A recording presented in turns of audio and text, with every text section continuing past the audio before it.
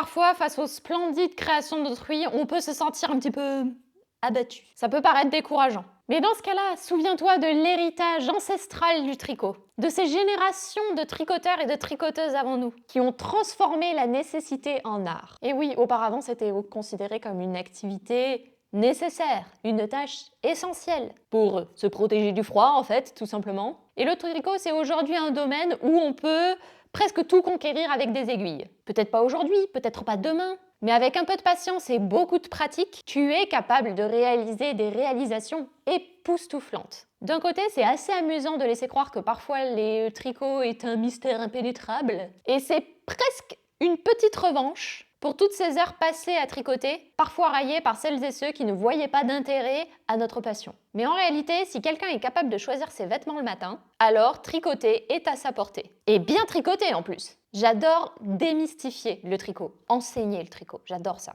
Et encourager de la même façon les triconautes qui montrent un intérêt à ça. Si ma fille peut tricoter avec ses doigts, alors un adulte qui sait naviguer sur Internet peut tout à fait tricoter. Sans aucun doute. Une écharpe au point mousse? Finger in the nose. Et pourquoi pas un bonnet assorti aussi, tant qu'à faire, pour relever le défi jusqu'au bout. Par contre, si je réussis à te convaincre de l'utilité et de la nécessité de tricoter, on risque de devoir partager la réserve de laine. Mais ça, c'est un autre problème.